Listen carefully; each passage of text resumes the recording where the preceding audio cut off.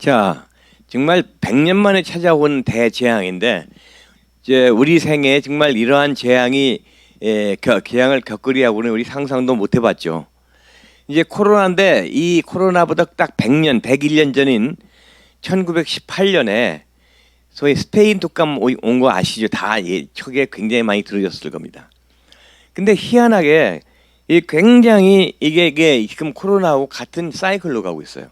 그래서 이 팬데믹이라는 것은 과학이 발달하고 안 하고 관계없이 이건 어쩔 수가 없는 거예요. 전 세계적이기 때문에 K 방역이라고 해서 효과적으로 이 코로나를 막아왔다고 하지만은 이게 언제 어떻게 될지 모르는 상황입니다. 근데 이제 스페인 독감이란 말이 이게 말이 그렇지 지금 엄청난 재앙이었죠, 인류에서. 1차 대전이 일찍 끝난 이유 중 하나가 이 스페인 독감입니다. 이 스페인 독감이 위력이 어느 정도냐니까 그 당시에 세계 전체 인구가 15억 명이었는데 15억. 그 중에서 5억 명이 감염이 됐어요. 5억이 감염이 돼가지고 그 중에서 5천만 명이 죽었는데 1차 대전에서 사망한 사람이 1,500만 명입니다. 전쟁보다 훨씬 더 많이 사람이 죽은 게 전염병이죠. 대표적인 게 14세기에 6년간 유럽 전체 인구의 3분의 1이 죽은 이 바로 패스트 창궐이요. 영국이 그때 영국이 패스트 창궐 15세기 14세기 때 패스트 창궐로 인구가 줄었는데 그 줄어든 인구를 회복하는데 300년이 걸렸습니다. 근데 이제 앞으로 앞으로 우리 세계의 변화는 두 가지 단어만 대입하면 다 통할 것 같아요. 다시 얘기해서 비접촉, 언택트. 요즘에 또 온택트라고 그러죠. 온라인 컨택트라고 해서 언택트 아니면 온택트. 그러니까 원칙적으로 비접촉. 그다음에 거리두기. 이것도 비접촉이죠. 디스턴스, 언택트 이 두 가지. 그러니까 경제, 사회, 정치, 교육, 문화에다가 모든 그 앞에 비접촉, 거리두기를 갖다 놓고 대입을 하면은 앞으로의 이 트렌드가 답이 나온다는 얘기죠. 앞으로 모든 면에서. 그래서 이제 우리 사고의 이 두 전제를 두고서 앞으로의 문제를 솔루션을 찾아가는 것이 앞으로의 방법이 아닌가 이렇게 생각이 됩니다. 자, 뭐 그렇다면 뭐 대부분의 부분에 잘 아는 얘기지만 보호무역이고 이제 높아지는 거죠. 계속해서 언택트를 하고 거리를 둬야 되니까 나라 사이에도 무역에도 그다음에 정부의 권한 확대, 글로벌리즘 후퇴. 오늘 신문에 났더군요. 뭐 글로벌 시대는 완전히 끝나는가 뭐 이런 제목으로 기사도 나오고 있고 극우화, 국수주의화의 우려가 있다는 얘기인데 제일 중요한 것은 이 코로나가 이 민주주의의 후퇴를 불러오고 있다는 얘기입니다. 민주주의. 민주주의엔 두 가지가 있죠.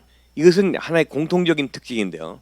이게 뭐냐니까 예를 들어서 이런 스페인 독감 이후에 지금 이 코로나19가 온다면 경제 활동이 위축되면은 실업이 늘고 소비가 위축되고 당연히 그것은 경제의 위기로 이어질 것이고 이 위기는 사회적 혼란과 공포로 이어지고 이것은 결국은 위기에는 정부의 권한이 강화되는 그런 현상으로 나타나고 그것은 결국 명령권, 비상조치권 발동 등을 해서 결국은 민주주의가 위태하고 이것이 이제 권력의 폭주로 이어지는 이런 것들이 전 세계적인 현상으로 나타나고 있다는 얘기예요. 자, 근데 이 자유민주주의를 하지 않는 나라에서는 계속 권력의 독점에다가 영구 집권으로 나가는 것이 지금 세계적 추상이죠. 근데 이제 러시아 같은 경우는 왜 이렇게 장기 집권이 가능한가? 뭐 역사를 보면은 상당히 이해가 가는 게 많습니다. 러시아는요, 13세기부터 무려 240년간 몽고의 지배를 받습니다. 몽고의 지배를 받아가지고 러시아 사람들의 가장 큰 컴플렉스와 문제가 뭐냐니까 아이덴티티 문제예요. 240년간의 몽고 지배에 그 DNA가 아직까지도 남아 있어가지고 일반적으로 이 러시아 사람들에게는 이러한 그 동양적인 요소가 적지 않게 남아 있다는 얘기예요. 그 러시아 사람들 학자들 얘기가요. 러시아 사람들의 아이덴티티가 세 가지라는 거예요. 러시아 사람들의. 그것이 뭐냐니까 제일 먼저 짜리즘. 짜르가 러시아 황제 아닙니까? 짜리즘. 그 다음에는 러시아 정교. 그 다음에 세 번째가 애국심. 이 세 가지가 러시아인들의 아이덴티티라는 얘기입니다. 사람들이 즐겨하는 이야기가 마츠 러시아. 그러니까 어머니 러시아.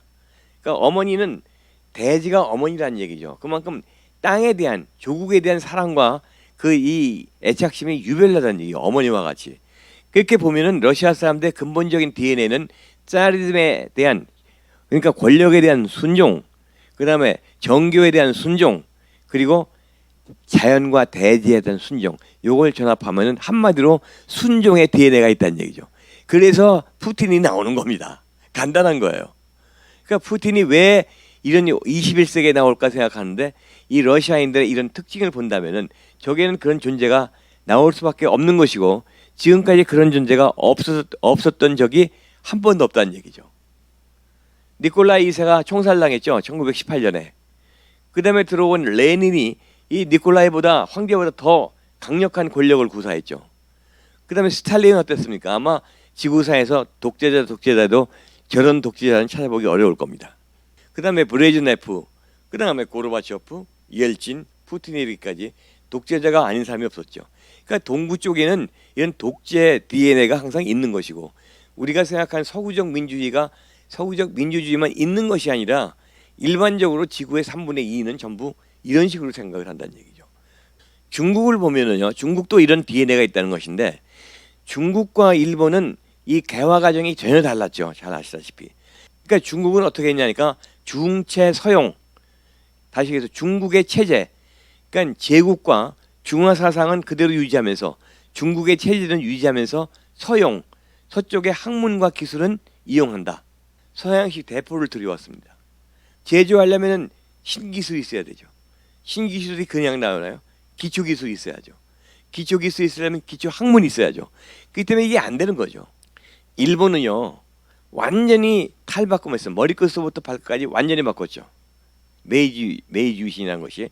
그래서 아시아를 버리고 모든 것을 유럽화한다 해서 한 것이 이 타라 입구, 다츠안 뉴오, 아시아를 벗어나서 유럽에 들어간다 해서 아시아적인 것은 다 버렸습니다. 그 다음에는 화혼양제라는 것이 있는데, 와권 료사이라는 건데, 이 서양의 학문과 지식을 들여오되 일본 것으로 만든다는 얘기죠. 자기 것으로 소화한다는 얘기입니다. 이것이 두 가지인데요. 이 다스아니오 타라 입구와 화혼양제가 어떤 문제점을 갖느냐? 탈아 입구란 것은 아시아 사람이 아시아를 벗어나서 유럽이 된다는데 유럽 사람이 되는 게 아니잖아요. 그러니까 겉만 노랗고 속은 하얀 것인데 이것이 그때 완전한 게 아니잖아요. 그 얘기는 아시아인이 아시아인을 부정했다. 그 얘기는 뭐냐니까 정체성이 결여라는 얘기입니다. 일본 사람들이. 그래서 일본 사람들이 가장 힘들어하고 지금까지도 이렇게 두리번 눈치 보는 것이 외국 사람들이 일본 사람을 어떻게 보는가 하는 이런 정체성의 위기가 일본 사람들의 가장 큰 문제점이에요. 와권 요사의 화혼양제라는 것의 가장 큰 약점이 뭐냐?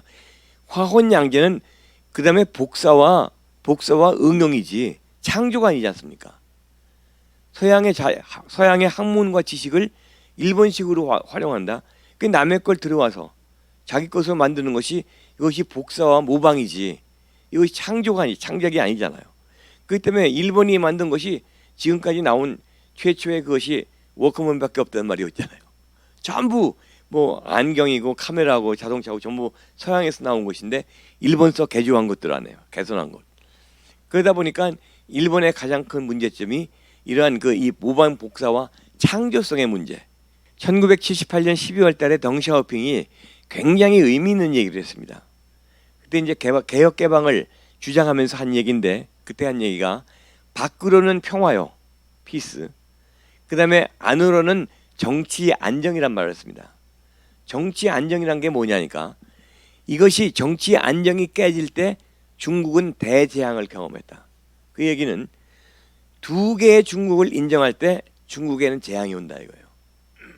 두 개의 중국이. 근데 태평천국의 난이란 것 자체가 하나의 중국이 깨진 거죠. 중국 역사에서 가장 큰 재앙이라고 하는데 그때 5천만 명이 죽었어요. 하나의 중국이 깨어질 때 중국에는 재앙이 온다.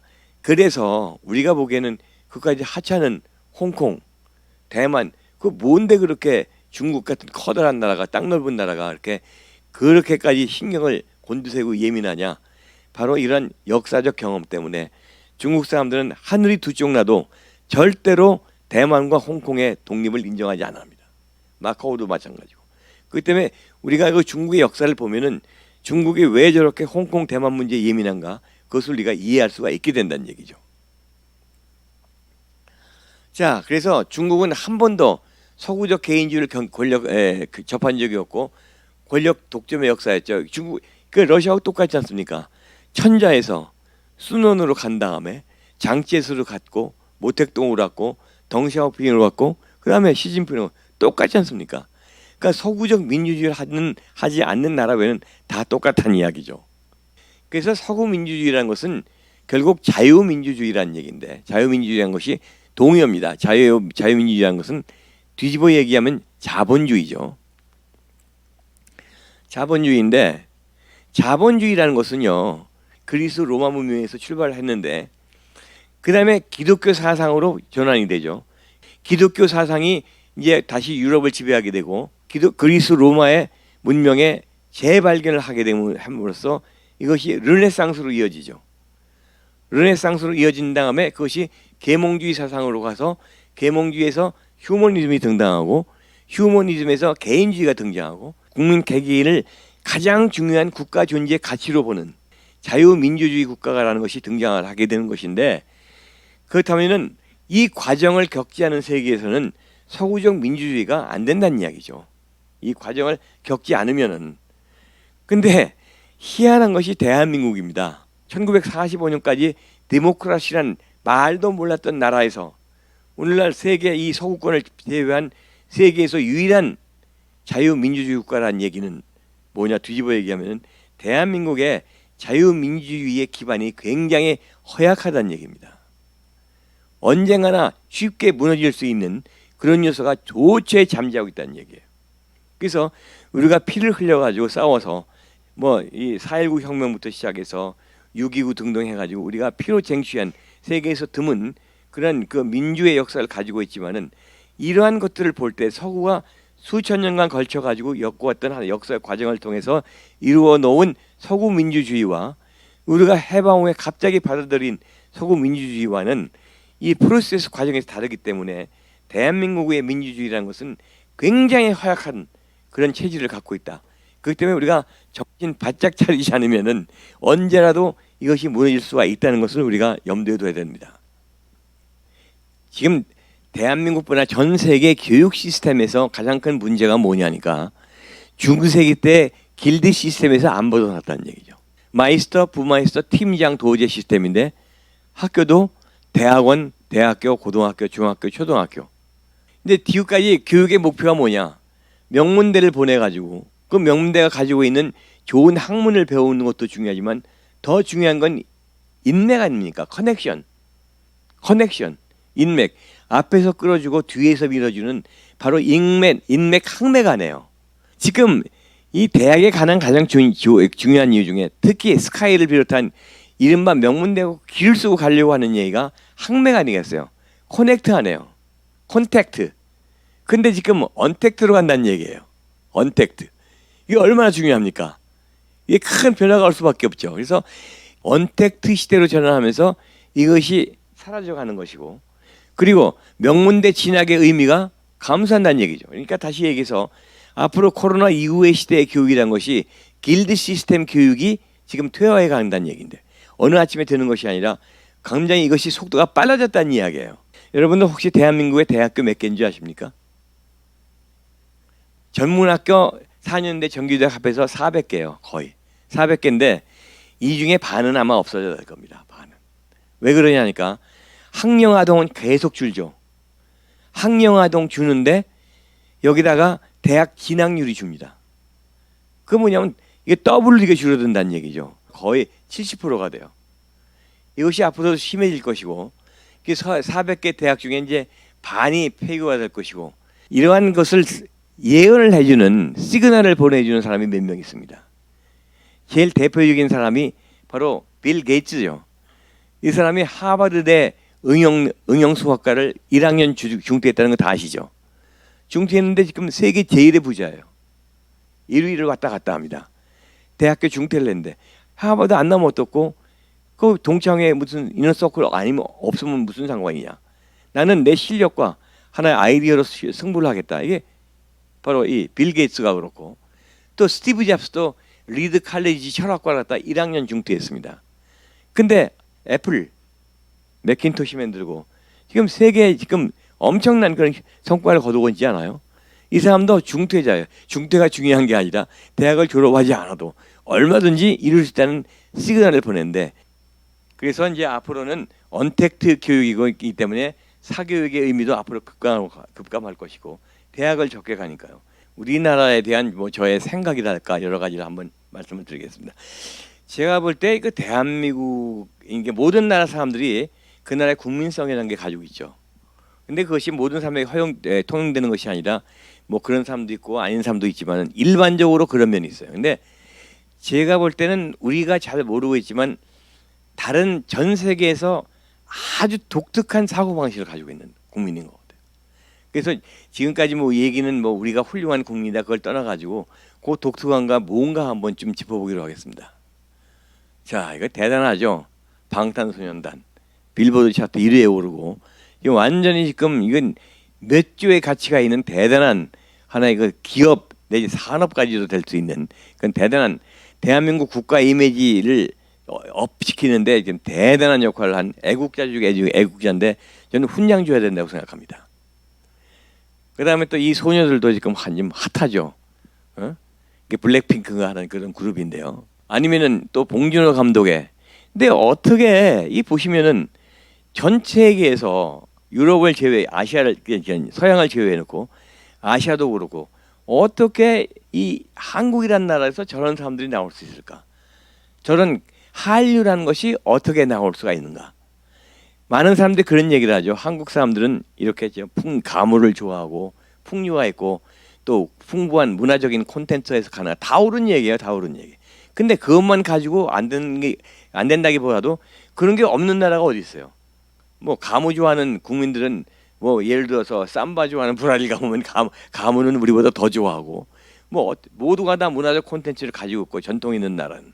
근데 우리나라만 꼭 그렇다고 할 수가 없는데 어떻게 다른 데서는 안 나오는 인구 14억이 되는 중국에서 차이니즈 웨이브라는 거 없잖아요.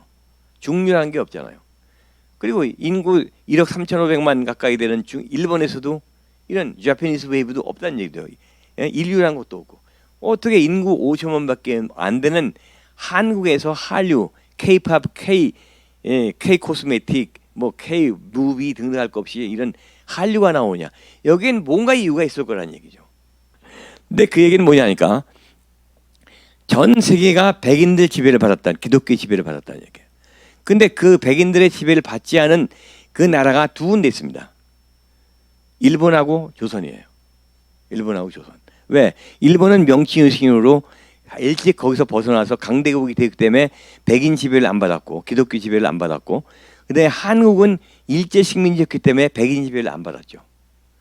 근데 우리는 백인 지배를 안 받았기 때문에 백인들에 대한 유럽과 미국에 대한 반발심이 없었죠. 없었죠. 일본에 대한 반발심만 있었죠. 근데 해방이 된 다음에 쭉 나와서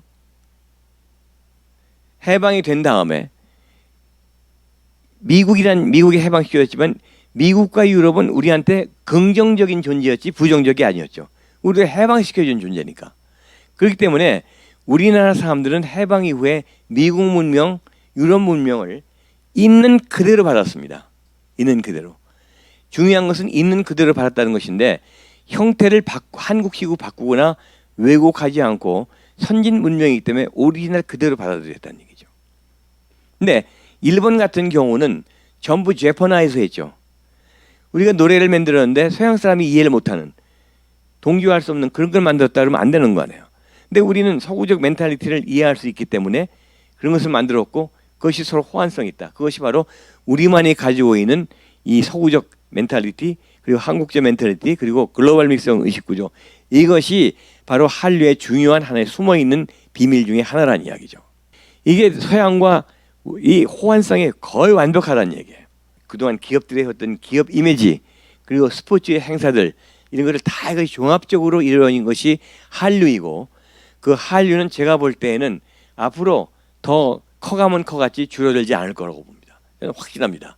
단 한 가지 조건이, 하나의 어떤 디자스터, 다시 얘기해서 국가 뭐 디폴트라든지 베네수엘라 같이 엄청난 무슨 경제 위기라든지 그것이 오기 전에는 한국이 지금 K 방역도 지금 세계적으로 잘 유명하지 않아요?